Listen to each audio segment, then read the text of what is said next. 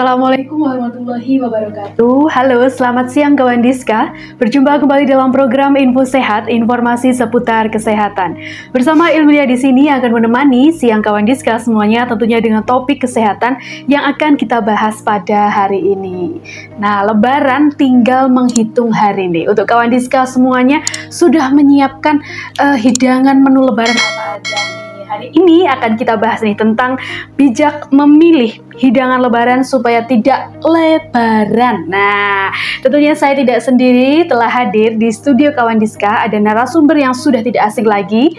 Ada Mbak Angelin Nurtika Faradila, ahli media gizi. Halo, apa kabar Mbak Angelin? Halo, selamat siang kawan Diska. Masih semangat puasanya ya?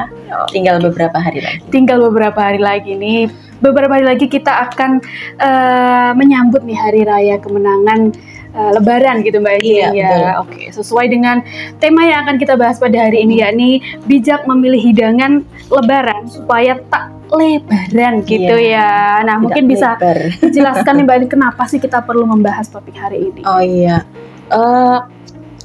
penting ya, karena Lebaran itu kan identik dengan berbagai hidangan, banyak makanan yang khas atau ditunggu-tunggu saat Lebaran, yaitu biasanya kan makanan yang tinggi ini apa namanya? Kalori, kemudian lemak. Iya betul. Jadi kita harus tetap waspada. Enak, tapi harus tetap waspada ya. Oke. Jadi kalau Lebaran ini mungkin erat kaitannya dengan bakso gitu ya Mbak Angelin ya, rendang gitu. Ini kan tinggi akan lemak gitu. Yang perlu diperhatikan saat memilih hidangan Lebaran ini gimana sih Mbak Angelin? Apa aja? Ya, kita tetap harus memikirkan nilai gizinya. Artinya makanan ini bermanfaat untuk kita, untuk tubuh kita atau tidak, banyak manfaatnya atau lebih banyak tidak manfaatnya. Iya betul. Kemudian jumlahnya juga tetap kita harus perhatikan, jangan terlalu berlebihan, jangan terlalu banyak. Kemudian tadi kita juga harus tetap bisa mengontrol diri ya dari makanan-makanan tersebut. Memang semuanya terlihat enak dan pengen kita makan pastinya, cuman tetap kita harus ada sedikit warning atau rem dalam diri sendiri ya. Oke deh, ini udah cukup, ini masih bisa makan lagi nanti gitu. Oke, jadi harus membatasi ya jumlah yang masuk itu ya Mbak Angelin ya. Jadi sesuai dengan kalori gitu ya, kalori harian seseorang gitu ya.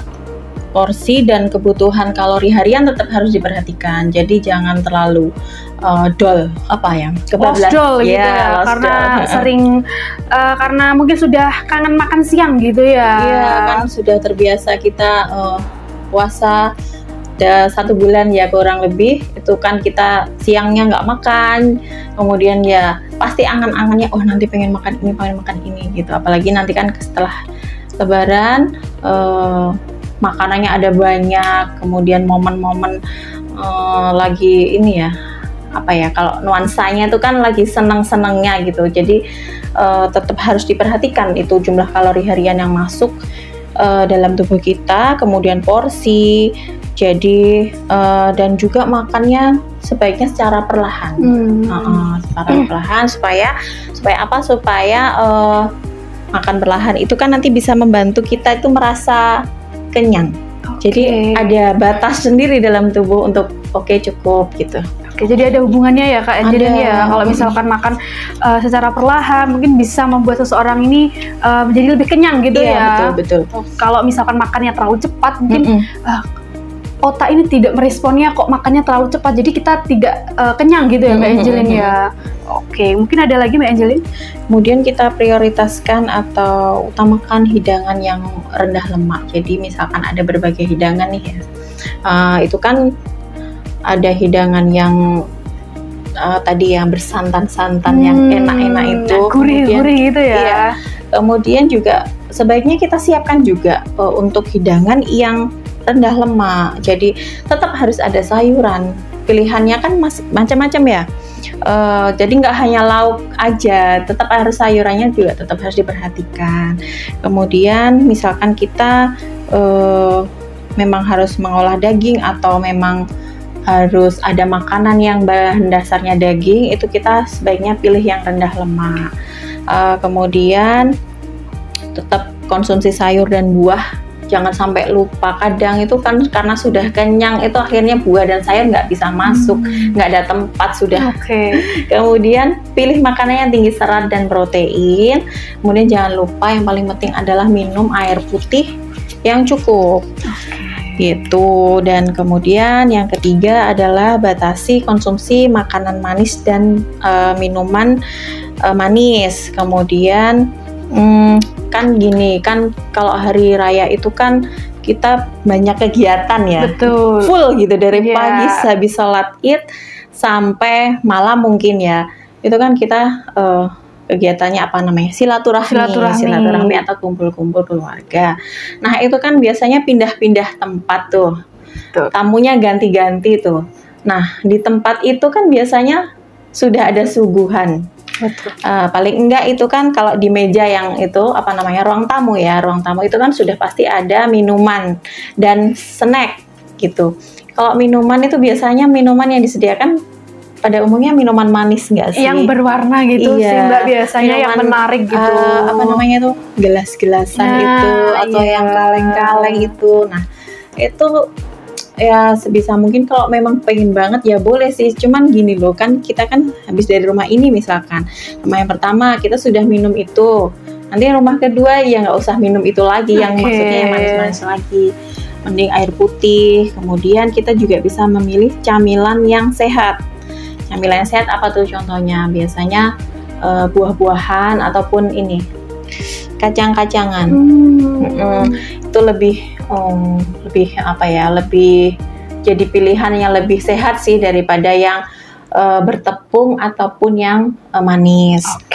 Kemudian tetap kita harus mengkombinasikan, jadi memvariasikan menu atau makanan yang masuk ke dalam tubuh kita. Jadi nggak hanya fokus di satu jenis hidangan aja, jadi tetap harus dikombinasikan. Misalkan kita ditawari makan di tempat kita silaturahmi, ya untuk menghormati bolehlah kita makan, tapi ingat yang dipilih itu ya kalau bisa bervariasi. Jadi jangan apa namanya, karbo misalkan lontong atau nasi atau mie gitu ya. Kemudian lauknya mungkin atau ada bakso, rendang, apalagi opor, semuanya nih ya. Nggak cuma itu, maksudnya tetap ditambahin. Misalkan di sana ada lalapan timun, ada buah, itu tetap harus dimakan. Jadi porsinya biar pas semua masuk ke dalam tubuh. Jadi disesuaikan dengan gizi seimbangnya gitu ya Mbak Angelina. Tetap harus kombinasinya tetap harus bervariasi. Karena pasti kalau pas lebaran gitu ya, kita nggak mungkin nih makan cuma di satu tempat gitu nih. Karena kan di beda-beda tempat kita bersilaturahmi dengan banyak orang, pastinya kita juga akan disuguhi oleh makanan yang berbagai jenis gitu ya Mbak Angelina. Semuanya pasti menyuguhkan makan. Nah itu nih pasti semuanya ada makanan di rumahnya. Kalau misalkan milih camilan gitu ya untuk kalian discuss semuanya, kalau misalkan sudah memilih nastar, nah itu kan tinggi juga tepung gitu ya Mbak Angelina ya. Tepung, kalori dan gula. Nah ini ya, biasanya primadonanya di lebaran ini kan nastar ya. Jadi kalau nastar ya. Jadi kita harus sadar diri sendiri gitu ya Mbak Angelina. Bisa kontrol sendiri. Enak memang, apalagi kalau sambil ngobrol nggak kerasa tuh, tiba-tiba udah satu toples aja. Padahal dalam satu butir nastar ini mengandung berapa ratus kalori ya Mbak Angelina ya? 3 bulatan nastar itu sama dengan kalorinya sama dengan 1 piring nasi. Jadi harus diperhatikan sekali untuk kawan Diska semua ya. Kemudian selain bijak memilih makanan nih ya, apalagi sih yang perlu dipersiapkan dalam menyambut hari raya nih Mbak Angelina? Hari raya ya. Hari raya ini kan terutama untuk kita orang Muslim, ini kan merupakan salah satu waktu yang ditunggu-tunggu ya, momen yang ditunggu-tunggu, kayak puncaknya kita setelah kita melakukan ibadah puasa selama 1 bulan. Jadi kayak puncaknya ini kan yang ditunggu-tunggu, waktu puncak kemenangan betul. Bisa berkumpul dengan keluarga, kemudian bisa bertemu dengan silaturahmi dengan banyak orang. Nah, satu yang kita perlu siapkan itu adalah mental dan fisik. Kenapa yang pertama itu? Mental ya ternyata. Iya, betul. Jadi kita harus mulai belajar mengatur mindset yang positif, bahwa kita akan tetap memprioritaskan kesehatan tubuh kita tanpa mengorbankan kesenangan dalam berkumpul. Jadi tetap kita harus berpikir, ditanamkan dalam diri kita, oke, ini waktu-waktu yang senang-senang, waktu kumpul-kumpul yang ini, cuma tetap harus kita tanamkan kalau kita tetap harus dalam kondisi sehat nih. Jangan sampai kumpul-kumpul ini malah kita menyebabkan kita nggak sehat atau sakit. Kemudian persiapkan fisik ya, jadi menyambut hari kemenangan. Nah, ini kita tetap harus sehat dan fit. Jadi jangan sampai karena kelelahan menyiapkan persiapan lebaran, jadi bikin kue misalkan. Bikin kue kan kadang seharian penuh istirahatnya kurang, kemudian waktu istirahat kurang, kemudian asupan makan sewaktu berpuasa itu juga kurang. Itu kan kadang bisa numpuknya di belakang tuh. Nanti ketika waktu lebaran itu fisiknya drop. Waduh, itu sayang sekali. Nah, kemudian yang kedua adalah yang perlu kita persiapkan adalah menyiapkan rencana kunjungan atau berkunjung.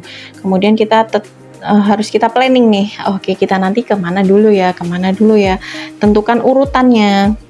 Nah, perhatikan jarak antara rumah untuk mengatur waktu dan pola makan. Kembali lagi ke pola makan, karena kan nggak mungkin kita nggak mengincip lah ibaratnya. Pasti tetap disuguhi di tempat kita bersilaturahmi, ya kan? Masa kita nggak udah tadi udah makan, kayaknya nggak deh. Tetap paling nggak kita ambil apa gitu, 1 atau 2 gitu ya. Nah, dengan menyusun rencana kunjungan, itu kan kita bisa menentukan, oke, kita nanti berarti makan besarnya di tempat yang itu misalkan. Kalau tadi sudah misalkan kunjungannya agak jauh nih, 2 jam terpautnya. Nah, itu bisa deh untuk makan, jarak makannya kan sudah jauh itu ya, itu bisa deh makan lagi gitu-gitu. Nah, kemudian yang ketiga, otomatis kita berbagi waktu bersama keluarga ya. Ini momen kumpul bersama keluarga ini kita manfaatkan kesempatan ini untuk berbagi dan berkomunikasi. Jadi jangan cuman makan-makan doang. Maksudnya mungkin kan kita jarang ketemu dengan keluarga yang jauh. Nah, kita manfaatkan lebih baik untuk berkomunikasi dengan keluarga. Kemudian dengan berkomunikasi tuh kadang gini loh, misalkan ya kita kumpul nih, terus kemudian kita merasa kita pengen banget nih ngejaga pola makan kita. Misalkan kita ditanya, oh iya terima kasih tadi sudah, mungkin saya ambil yang ini aja. Nah gitu, itu mungkin dari situ keluarga juga bisa tahu, oh ternyata dia nggak ini loh, makannya bisa dijaga dengan baik dan dia sampai sekarang sehat dan gini. Mungkin bisa jadi motivasi juga untuk keluarga yang lain untuk melakukan hal serupa. Nah, kemudian kita juga tadi mengatur jenis minuman. Kita bisa memilih nih minuman apa aja yang bisa masuk ke dalam tubuh kita. Tentunya kita hindari ya minuman yang bersoda, kemudian yang manisnya banget gitu. Kan dengan es, kalau lebaran itu es atau sirup ya. Iya, nah itu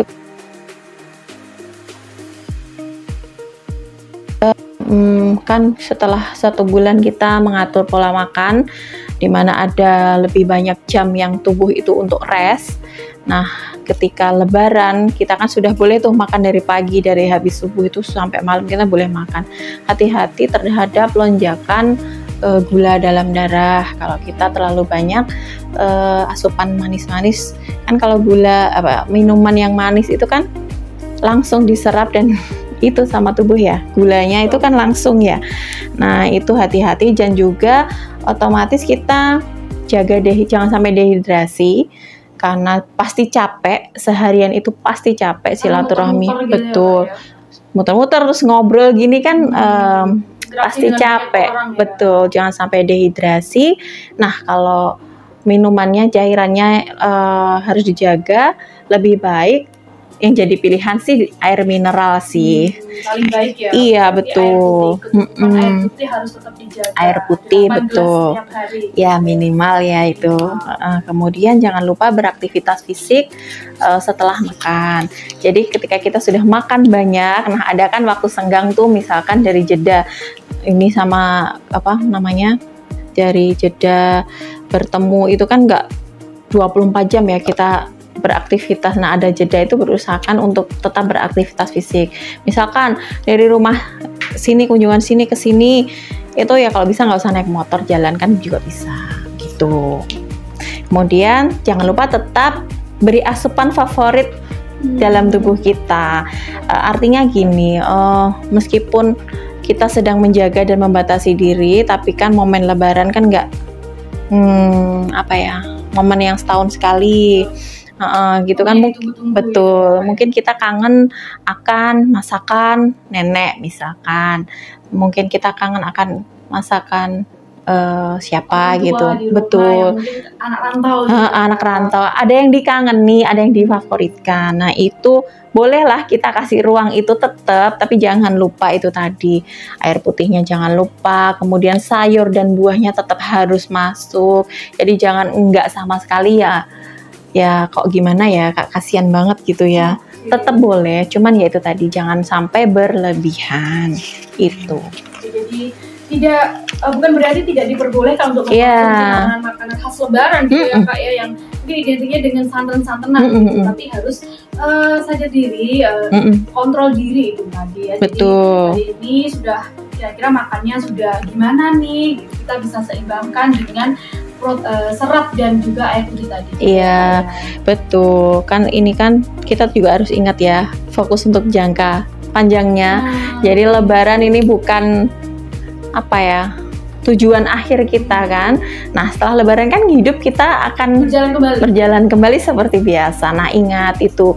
Jadi apalagi yang nanti merantau kembali lagi ke tempat semula, jangan sampai membawa penyakit malahan gitu. Karena kita akan kembali, mungkin yang anak rantau mungkin kembali bekerja, beraktivitas kembali gitu. Jadi jangan lupa untuk tetap menjaga pola hidup yang seimbang, realistis gitu ya. Kemudian nih Kak, sudah ada pertanyaan yang masuk nih Kak dari Kak Aldaka nih. Makanan apa saja yang sebaiknya dihindari saat lebaran nih Kak? Dihindari sebaiknya dibatasi ya, bukan dihindari. Kalau dihindari kayaknya nggak bisa deh. Soalnya kan memberdiri ini, kalau misalnya kita mau makan terus kita menghindari ini, kayaknya kita malah tertekan kepikiran gitu. Otomatis kalau dihindari, kalau kita punya penyakit tertentu ya, misalkan hipertensi atau diabetes, ya otomatis makanan-makanan yang berkalori tinggi atau berkadar natrium tinggi otomatis kita hindari. Nah kalau untuk yang kita yang biasa-biasa ini, maksudnya yang tidak ada penyakit, yang bisa kita batasi adalah makanan dengan kalori tinggi, satu, kemudian dengan bahan dasar santan ya, santan yang diolah beda loh. Misalkan rendang dengan opor itu kan sama-sama pakai santan, tapi kalau opor itu kan santannya dia dimasaknya lebih sebentar daripada rendang. Rendang itu kan sudah berubah jadi trans, lemaknya sudah berubah menjadi trans ya, apalagi bahan bakunya daging, di mana dia juga kalorinya tinggi. Betul. Jadi kita kalau misalkan memang pengen banget rendang gitu ya boleh, tapi ya secukupnya, nggak terus ini makan rendang siang nanti lagi malam lagi gitu ya, jangan. Jadi tetap harus dikombinasikan. Kemudian minuman manis dan bersoda itu sebaiknya dihindari, dibatasi aja. Iya. Jadi kata kuncinya bukan dihindari, tapi dibatasi sesuai dengan kondisi tubuh masing-masing. Iya betul. Oke, kemudian lanjut nih Kak. Untuk penyakit yang perlu kita waspadai pada saat lebaran ini apa aja? Oh ya, biasanya nih ya kalau waktu lebaran ini penyakit itu yang banyak itu adalah diare. Diare dan penyakit di saluran cerna. Ya karena pencernaannya kan sudah kita latih selama hampir 1 bulan untuk ada lebih banyak waktu restnya. Jadi restnya saluran pencernaan atau istirahatnya saluran pencernaan itu memang bagus untuk si pencernaan itu sendiri. Nah kemudian dia kan kaget di hari Lebaran, kita kan sudah boleh makan tuh dari pagi. Pagi sudah diisi dan banyak terus menerus, nggak berhenti, dia akhirnya kaget. Nah, biasanya terjadi kebanyakan itu diare dan saluran cerna yang lain, misalkan MAH itu juga bisa. Kemudian tentunya karena bahan makan yang khas dalam Lebaran itu adalah makanan yang tinggi lemak, ya. Itu otomatis biasanya kadar kolesterolnya itu juga ikut naik. Hati-hati makanya. Kemudian lonjakan gula dalam darah itu juga harus waspada ya kita, terutama yang punya riwayat diabetes, itu juga harus hati-hati, tetap dikontrol sesuai dengan diet sebelum puasa. Jadi kembali lagi gitu. Oke, jadi ada beberapa penyakit yang harus diwaspadai gitu. Terutama adalah penyakit pencernaan atau lambung, tadi adalah diare gitu. Iya, betul. Pola makan ya Kak ya. Oke, kemudian gimana nih cara menghindari dari penyakit-penyakit tersebut? Ya, otomatis kita kalau yang sudah punya riwayat penyakit, misalkan diabetes, kolesterol, hiperkolesterol, atau punya hipertensi, itu kita tetap harus mengontrol dan mengecek ya, otomatis. Jangan sampai abai karena sudah ada waktu bertemu dengan keluarga banyak, jadi seneng kan, sudah itu akhirnya terabaikan, dikit aja nggak apa-apa, dikit aja nggak apa-apa, lama-lama menjadi banyak yang dikonsumsi. Itu tetap harus waspada dan harus dikontrol. Biasanya kan punya alat sendiri ya di rumah, kalau penderita itu biasanya aware dan punya alat bantu untuk kontrol gula darah ataupun kolesterol, itu di rumah itu biasanya sudah punya. Nah, itu tetap harus dikontrol. Kemudian kita tetap patuhi protokol kesehatan selama Lebaran, artinya tetap jaga kondisi, jangan sampai kita sakit. Nah, kalaupun kita sakit misalkan flu atau apapun itu, kita pakai masker, jangan sampai kita menularkan kepada orang lain. Kemudian jangan lupa jaga kebersihan ya, tangan terutama. Cuci tangan. Iya, cuci tangan jangan sampai lupa, karena saking senengnya ya sampai kadang itu ya terlupakan. Jangan sampai kita diare gara-gara hal sepele itu. Yang sering disepelekan gitu ya Kak. Iya, betul. Kita sudah berjabat tangan dengan banyak orang. Nah, betul. Kemudian setelah berjabat tangan kita langsung ngambil makan, roti, ngambil kue-kuean. Iya. Dipastikan tangannya juga harus dalam keadaan yang bersih. Betul. Gitu ya. Ini ada lagi Kak Anjeli? Tetap batasi asupan yang masuk. Kembali lagi ke yang tadi, kita batasi asupan terutama gula ya. Gula itu bahaya sih, karena dia langsung kan efeknya dan langsung diserap oleh tubuh. Itu hati-hati, dibatasi aja dan dijaga untuk asupan yang masuk. Jadi tetap kita harus warning diri sendiri deh. Itu. Warning diri sendiri, dan jangan lupa juga untuk menyiapkan obat gitu ya Kak. Iya, betul. Menyiapkan obat, nanti misalkan saat Lebaran apotek banyaknya tutup. Nah, kita sudah berjaga-jaga dari jauh hari. Iya, obat-obatan. betul. Penolong pertama. Oh ya, siapkan obat-obatan pribadi ya. Apalagi untuk yang mudik, hati-hati. Kita harus persiapkan diri sendiri. Jangan sampai belum sampai ke tempat tujuan sudah sakit sudah drop duluan. Dari rumah sudah menunggu biar bisa kumpul bersama. Ini untuk yang terakhir nih Kak, pesan yang mau disampaikan untuk masyarakat menjelang Lebaran ini apa? Oh iya, untuk pesan-pesannya mungkin gini, kan puasa, kita sudah melakukan puasa selama 1 bulan. Nah, puasa sendiri itu kan kita dilatih untuk menahan hawa nafsu, kemudian dilatih untuk menahan rasa lapar, dan mengatur makan dengan baik ya. Jangan sampai momen Lebaran yang hanya beberapa hari itu merusak kebiasaan bagus kita selama 1 bulan.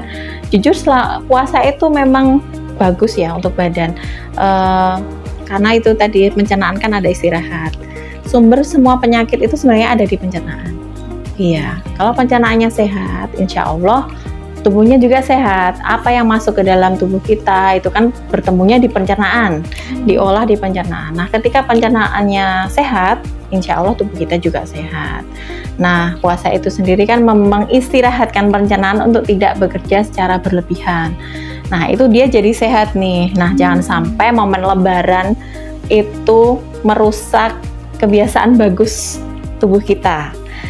Kemudian yang kedua, jaga kesehatan untuk semuanya, terutama untuk yang mudik dan yang akan balik ke perantauan nantinya. Tetap harus sehat karena hidup akan berjalan seperti biasa setelah lebaran. Kemudian yang terakhir, selamat menyambut lebaran dan meraih kemenangan. Oke, mantap sekali dari pesannya dari Kak Angelin ya. Ini kita harus tetap menjaga kesehatan. Iya. Lebaran menjadi momen yang sangat ditunggu. Jangan sampai merusak kebiasaan baik yang sudah dilakukan selama ini. Betul. Oke, terima kasih Kak Angelin untuk materi yang telah disampaikan. Semoga bisa bermanfaat. Amin. Kawan Diska semuanya, kami mengucapkan nih ya selamat menyambut Hari Raya Lebaran. Mohon maaf lahir dan batin untuk semuanya ya. Jangan lupa untuk tetap jaga kesehatan. Iya. Dan jangan lupa juga untuk subscribe channel YouTube kami di Kawan Diska 5145. Ilmilia pamit undur diri. Assalamualaikum warahmatullahi wabarakatuh.